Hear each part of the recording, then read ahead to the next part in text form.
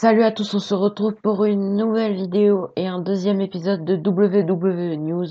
Donc là, actuellement, je suis en train de préparer la vidéo et en même temps tourner la deuxième vidéo. Donc voilà, on va commencer avec la première news qui est que la WWE embauche une nouvelle directrice financière.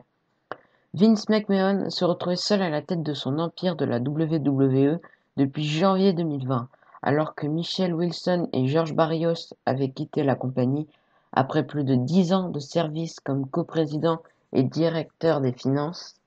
La WWE avait nommé Frank Riddick par intérim, mais aujourd'hui nous apprenons l'embauche de Christina Salen, qui deviendra maintenant la directrice financière de la WWE et qui assistera Vince McMahon dans les opérations. On apprend dans le communiqué qu'elle a été directrice financière pour Etsy, Muda Operandi, Translation Enterprises, United Masters et autres par le passé, en plus d'être consultante pour diverses compagnies comme SiriusXM et Cornerstone On Demand. Donc voilà, ça c'était la première news.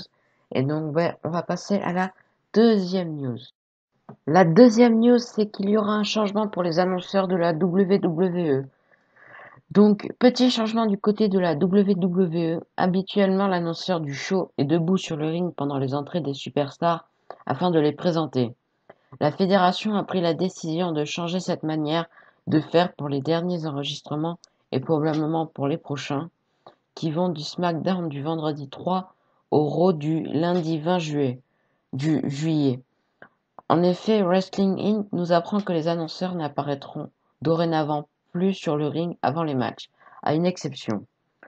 C'est que ce soit un match ou un titre est mis en jeu. Et encore, puisqu'aucune présentation n'a été faite pour le match entre AJ Styles et Drew Gulak pour le titre intercontinental lors du dernier épisode de SmackDown.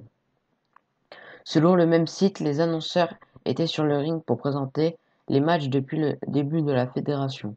Évidemment, la WWE pourrait les refaire revenir entre les cordes à l'avenir. Donc ça, c'était la deuxième news. On va passer à la troisième. Donc la troisième news, c'est que la WWE ferait une offre à Kairi Sane pour rester à la WWE.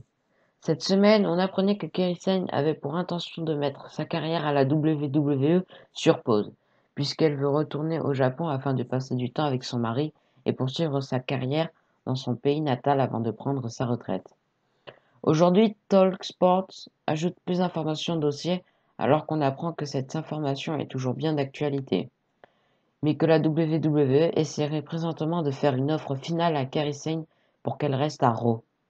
Une offre finale qui verrait une augmentation salariale et assurément d'autres avantages convaincants afin qu'elle accepte de rester en Amérique du Nord. Encore un peu. Suite à son retour à Raw le 6 juillet, Kairi Sane a simplement indiqué sur Twitter qu'elle était heureuse d'être de retour. Le départ de Kairi Sane de la WWE n'est toujours pas confirmé.